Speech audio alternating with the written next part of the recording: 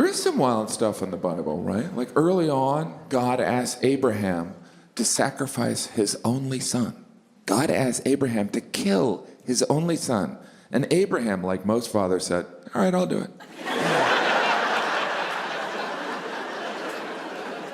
In his defense, we don't know what Abraham was doing right before God asked him. Maybe Abraham was going through bills and was like, who spent 500 shekels on Nintendo? And then right at that moment, God was like, Abraham, I want you to sacrifice your only son. And Abraham's like, gladly. Can it be a strangle sacrifice? God was communicating with Abraham from heaven. I don't know if he was yelling down. Did anyone overhear the conversation? Like, was there anyone up there in heaven? Was Jesus up in heaven? Was God like, Abraham, I want you to sacrifice your only son? And Jesus like, Dad, what the hell are you doing?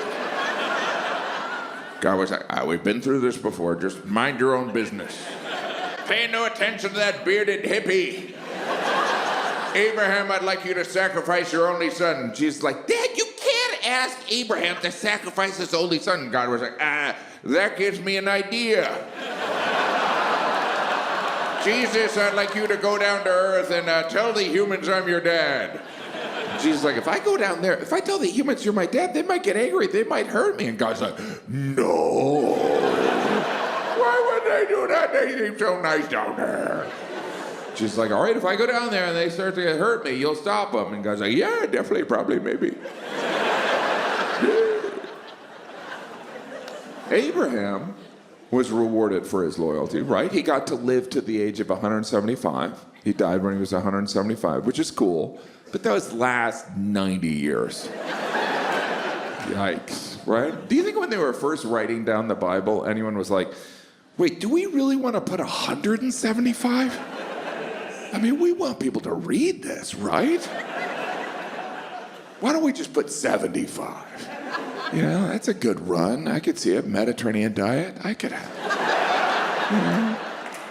175. If you met someone today and they're like, my grandpa lived to 175, you'd be like, you're mentally ill. Could you imagine if you lived to 175? You're like, yeah, I retired at 60. I had no idea I had another 115 years to go. How much pickleball am I supposed to play? That's just...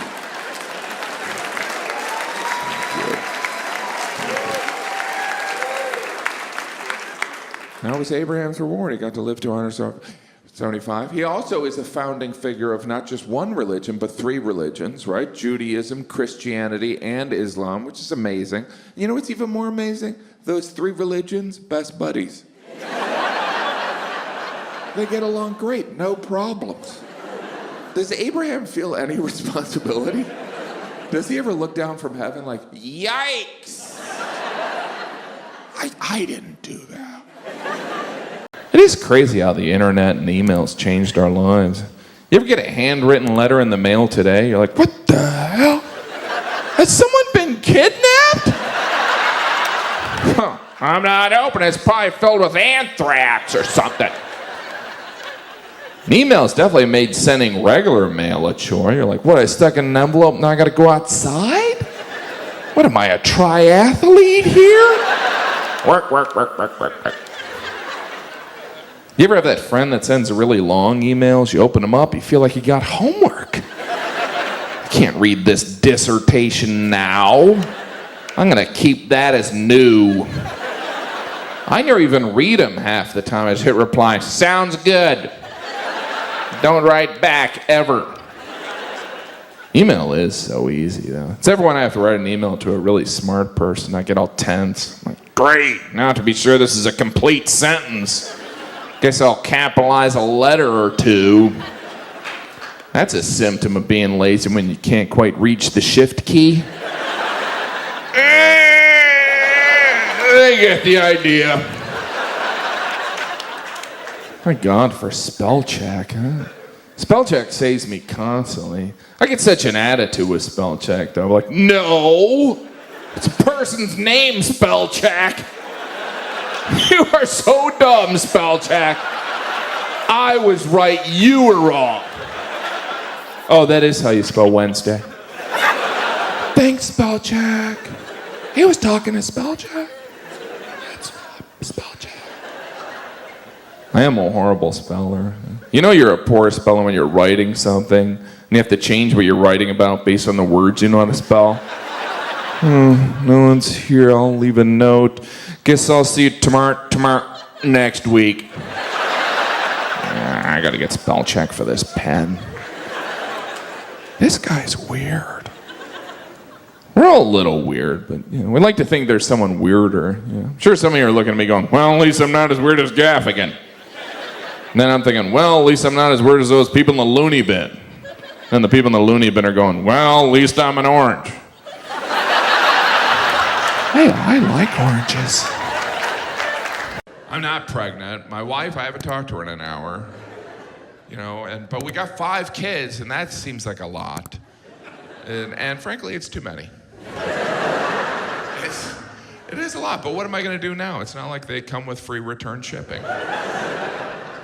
I love having 5 kids. I travel with them because I don't want to be away from them, and also I enjoy the look on waitstaff's faces when I walk in with my family. Because my kids are 5, 6, 8, 11, and 13, and we walked into a restaurant in Dallas, and I saw a waitress look at me and my family and quit her job.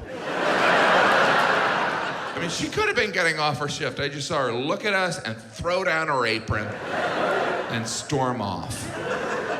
And I felt like we won.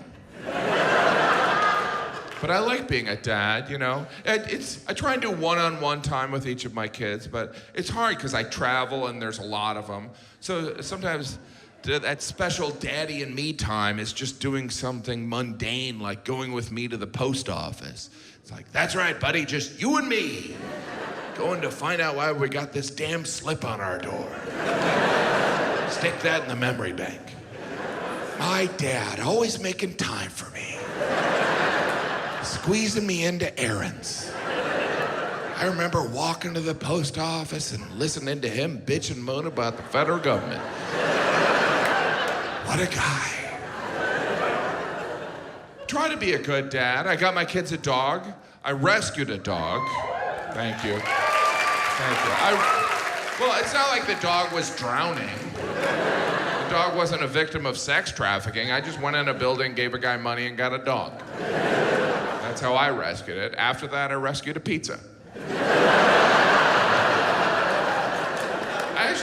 I had to wait to rescue the dog because the dog was in Jamaica. I don't know if it was on vacation. But I rescued a dog from paradise so it could live in my crowded New York City apartment. Sometimes I put the leash on the dog and it looks at me like, I used to run on the beach. And now I sleep in a cage. My only hope is that one day you'll get rescued. But rescue is the language of today, right? And we mean adoption. Now, people don't even say they own dogs. Now people say they're a dog parent. But I feel like dogs are different from kids. Like, you never hear a parent say, my son had some behavior problems, so we gave him to a friend who had a farm upstate. That way he can run around and we'll visit him on weekends. Jim, you're a monster. I'm no saint, but nobody even goes for saint today, right? There's no saints. Nobody's like, you know what, I'm thinking of, I'm either gonna go graphic design or saint. Nobody goes for it, because, well, there are Latter-day Saints. There's Mormons. I love the Mormons. I don't know what Latter-day means. Maybe that means they're like deviant till 3 p.m. I'm like, well, kids are coming home. Let's get out of these S&M outfits, honey. Back in khakis. I'm talking about the traditional Catholic sense of a saint. Nobody goes for saint anymore because it's too hard. To be considered a Catholic saint, you have to perform 2 miracles. I don't know why it's 2. It's not like half of us would be like, if it was 1, I'd go for it. Yeah, because I could do that thing with my elbow. It's not like 1 miracle's not impressive. You're never in a job interview unless you're special skills, walk on water, Microsoft Word. Tell me about the Microsoft Word. Actually, where I live in New York City is where the soon-to-be first African-American saint is buried. His name was Pierre Toussaint, and he was a hairdresser. I didn't even know you could be a hairdresser in a saint. But he apparently got done cutting people's hair, and they were like, this is a miracle. And he was a great man, and he'll be a saint. He'll probably be the patron saint of hairdressers.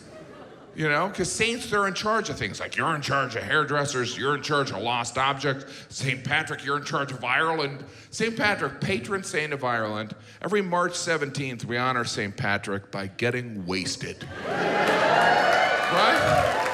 But we don't know. We don't know. St. Patrick could be up in heaven going, I didn't even drink. What are these people doing? I like their color blue. I made that very clear. Can someone remind God I'm from Italy? I don't want to rock the boat here, but these Irish are degenerates. Because they don't get to choose what they're the patron saint of, right? Like Saint Bonaventure, patron saint of bowel issues. I'm not making that up. Bowel issues. Talk about a promotion you don't want. Bonaventure's in heaven. St. Peter comes and goes, Bonaventure, you're a saint. And Bonaventure's like, yes, yes. Am I the patron saint of scholars? Not scholars. What am I the patron saint of? Bowel issues. Bowel issues? Yeah, you know when someone's getting a colonoscopy, or say they're sitting on the toilet with IBS or explosive diarrhea, and they're praying to God. Well, we don't want them praying directly to God. So you would be like a conduit. That way, God's not talking to someone who's doing number 2. Okay. Of course, I'm talking about Catholic saints because I'm Catholic. I'm not a good Catholic. Like, if there was a test for Catholics, I would fail. But then again, most Catholics would fail, which is probably why there's not a test.